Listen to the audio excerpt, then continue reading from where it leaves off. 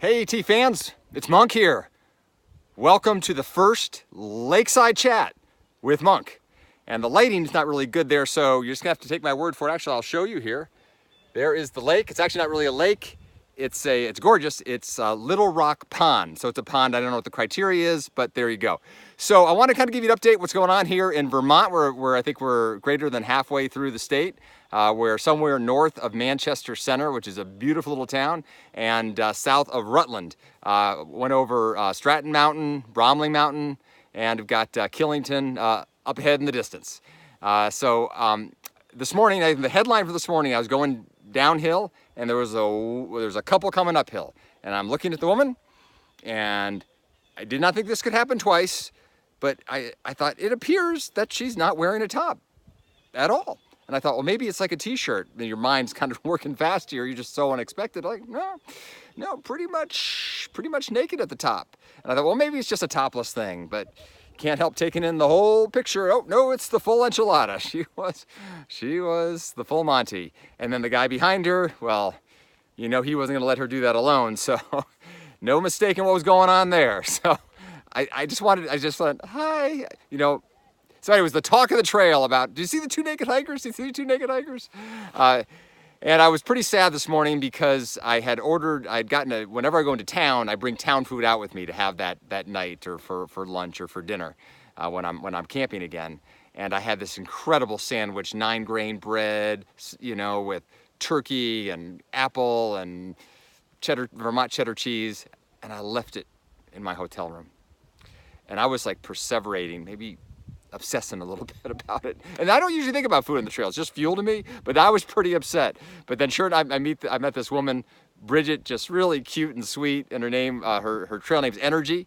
And she said, she wanted me to give a message to her boyfriend. She says, oh yeah, and there's trail magic 7 miles ahead. So I went into monk speed level 15, and I just had burgers, fries, Mountain Dew. It's like there's a saying, the trail provides, and it certainly does. So anyway, as far as the naked hikers, Vermont's got a little bit of everything here. You know, you got naked hikers, you've got tree huggers, you've got gun huggers, Ben and Jerry's, maple syrup. Somehow, you know, they make it all work here. I had a tough go a couple nights ago. I don't have my warm weather gear, and it was really cold at night. The temperature dropped below 40 or below, and I couldn't sleep all night, and I really hit the wall. For the first time in this whole journey, I couldn't find it in me to hike a mile. I don't know if there's a through hiker threshold where you hit the wall like marathoners, but I hit the wall, and even thought about, maybe this is time to pack it in. But I knew I couldn't think. I was tired, so it wasn't a lot of quality thinking going on. So I spent the night in Manchester Center. I had to get a hotel. Of course, all the hotels are booked because it's the weekend in Vermont. But the Hampton Inn, and a lot of them, it's a guarantee. You have to do a minimum of 2 or 3 nights. Well, that wasn't going to work. So I got a room at the Hampton Inn for $350. I said to him, "You do know this is a Hampton Inn, right?" And they're like, "It's a free breakfast." I said, "Yeah, so is the Super 8 in Hiawassee, Georgia, and that's $69. Now, I do have to give them credit, though. They do serve dark, robust coffee, and that's rare. Usually you just get this thin brown coffee. I stopped drinking coffee whenever I got off the trail because of it. So I had 3 cups.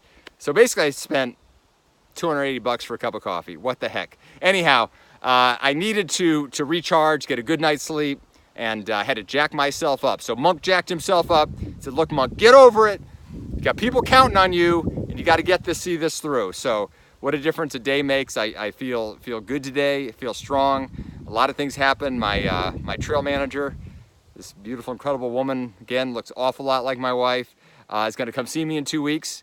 My parents, my dad and my stepmom, Nancy, they're going to see me in Hanover. I'm going to see a friend of mine from Deerfield tonight. I'm going to see another friend from Hobart the following night. Trail angels. It's raining trail magic here. So things have really turned around. And I'm always remind myself, whenever you hit those moments where you don't know if you can continue, you always can.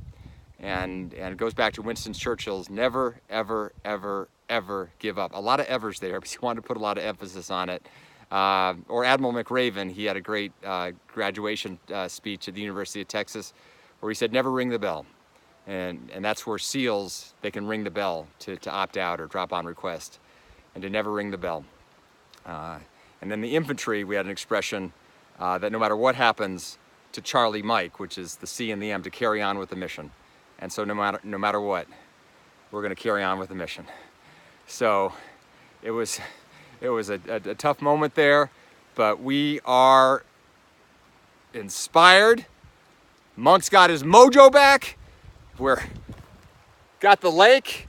We got a gorgeous day. Supposed to be like 10 days of rain ahead. Doesn't matter. We're going to carry on. We're going to make it through. We're going to be in Hanover in about 3 nights. We're going to get our warm weather gear. We're going to get our new equipment, and we're crossing into the White Mountains. So let's get ready. Look forward to continuing the adventure. Monk out.